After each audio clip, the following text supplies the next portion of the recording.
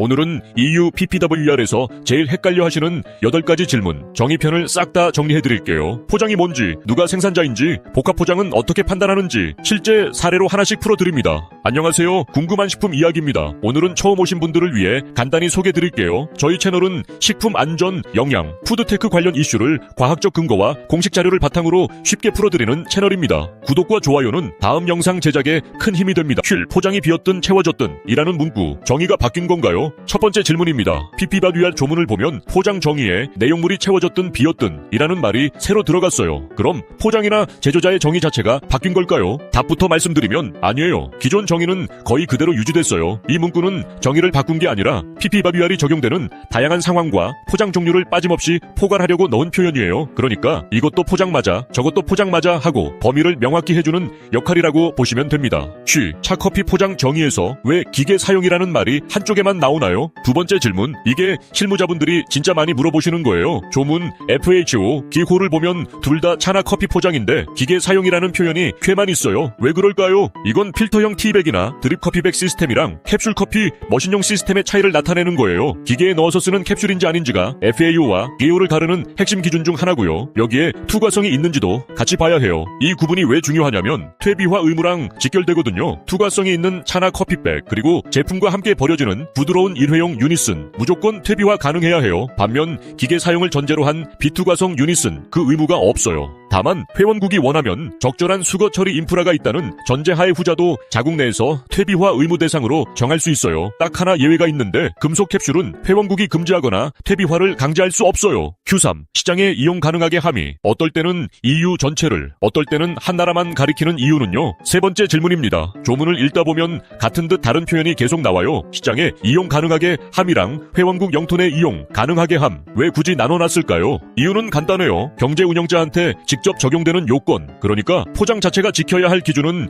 EU 시장 전체를 기준으로 통일해서 봐요. 그런데 폐기물 감축이나 재활용 목표, 분리배출, 생산자 책임자 애활용 제도 이런 건 회원국이 알아서 관리하는 영역이에요. 그래서 이런 폐기물 관리 조항에서는 회원국 영토 내 이용 가능하게 함이라는 표현을 써요. 뜻은 완전히 같은데 적용 범위만 EU 전체가 아니라 특정 회원국으로 좁혀지는 거예요. Q4. 우리 회사가 파는 포장 제품 최종 소비자한테 가는 건지 또 유통되는 건지 어떻게 판단하나요? 네 번째, 이것도 실무에서 자주 헷갈리는 부분이에요. 우리가 만든 포장 제품이 최종 사용자한테 가는지 아니면 중간에 또 유통되는지 이걸 어떻게 판단할까요? 기준은 받는 사람의 법적 지위가 아니라 그 제품이 실제로 어떻게 쓰이는지예요. 소비자든 전문가든 받은 형태 그대로 다시 시장에 안 내놓고 자기가 쓰면 최종 사용자예요. 전문가라도 자기 사업이나 생산 공정에 쓰고 재판매 안 하면 최종 사용자로 봐요. 생산자 입장에서는 포장의 성격이랑 어떤 마케팅 유통 채널을 골랐는지를 보고 판단하면 돼요. 이 사람이 최종 사용자인지 아니면 다른 나라에서 재판매할 상업적 구매자인지요. 한 가지 예외를 짚어드릴게요. 제3국에서 수입된 제품을 받아서 하역하고 재포장하고 소분하는 물류회사는 최종 사용자로 안 봐요. 이건 그냥 중간 취급 단계로 취급됩니다. Q5. 농민도 EPR 의무상 생산자에 해당하나요? 다섯 번째 질문, 개인적으로 제일 흥미로운 사례예요. 농민도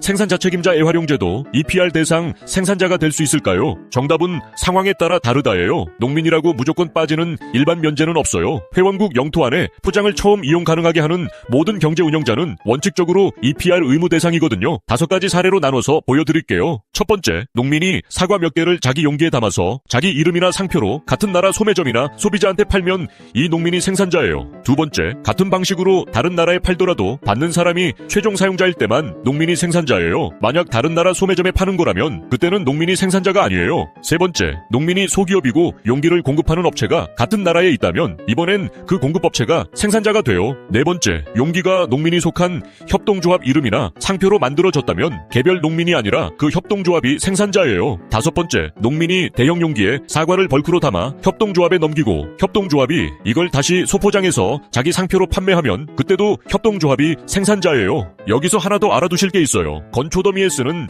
필름이나 끈 같은 포장재는 같은 농장 안에서 생산 과정에 쓰일 때는 아직 포장으로 안 봐요. 그 건초 더미가 실제로 시장에 나갈 때 비로소 포장으로 취급됩니다. Q6. 언제부터 포장이 복합 포장으로 분류되나요? 여섯 번째 질문이에요. 복합 포장이라는 개념, 재활용 얘기할 때 자주 나오는데 정확한 기준이 뭘까요? 기준은 이래요. 주 포장 재료 말고 다른 재료들을 합쳤을 때 그 합이 포장 전체 무게의 5%를 넘으면 복합 포장이에요. 각 재료가 개별로는 5% 미만이어도 상관없어요. 합산해서 5%를 넘으면 복합 포장으로 분류됩니다. 실제 예시를 들어볼게요. 다층 연질 포장을 생각해보세요. 주재료는 폴리프로필렌으로 전체의 83에서 90%를 차지하면서 구조와 인쇄를 담당하고요. 여기에 산소랑 빛을 막아주는 알루미늄박이나 금속화 PET가 베리어층으로 3에서 4% 들어가고 열접착을 위한 폴리에틸렌이나 EVA가 또 3에서 4% 들어가요. 여기서 재밌는 포인트는 인쇄잉크나 접착제는 1에서 2% 들어가지만 복합 포장 판단에서는 아예 빼고 계산한다는 거예요. 그래서 이 포장은 주재료 하나에 나머지 재료들의 합이 5%를 넘으니까 재료가 전부 플라스틱 계열이어도 복합 포장으로 분류돼요. 여기서 핵심은 다른 재료라는 게 같은 폴리머 계열 안의 변형, 그러니까 LDPE나 LLDPE, HDPE끼리는 같은 재료로 보고요. 반면 폴리프로필렌의 폴리에틸렌층이나 알루미늄박, 금속화 소재가 합쳐지면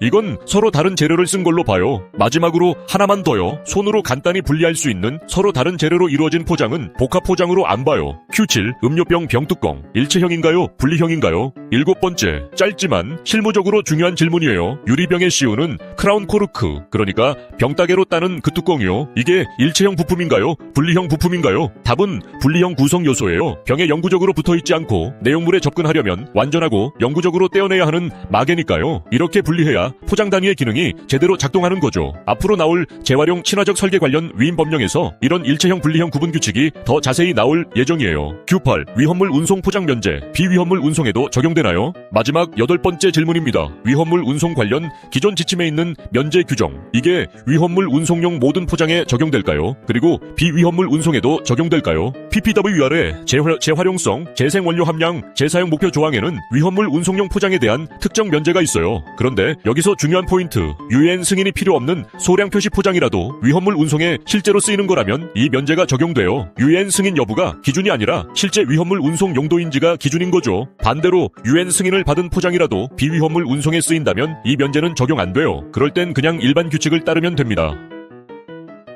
오늘 8가지 질문 정리해봤는데요. 핵심만 다시 짚으면은요. 포장 정의는 범위만 넓어진 거지 본질은 그대로고요. 차커피 포장은 기계 사용 여부랑 투과성으로 퇴비화 의무가 갈리고요. 생산자 판단은 누가 최종 사용자인지가 핵심이고요. 복합 포장은 주재료 외 5% 합산 기준으로 판단하시면 됩니다. 식품공학이 제안하는 더 편리하고 지속 가능한 미래, 더 깊이 있는 식품 영양 정보와 최신 푸드테크 소식이 궁금하시다면 구독과 알림 설정 잊지 마세요.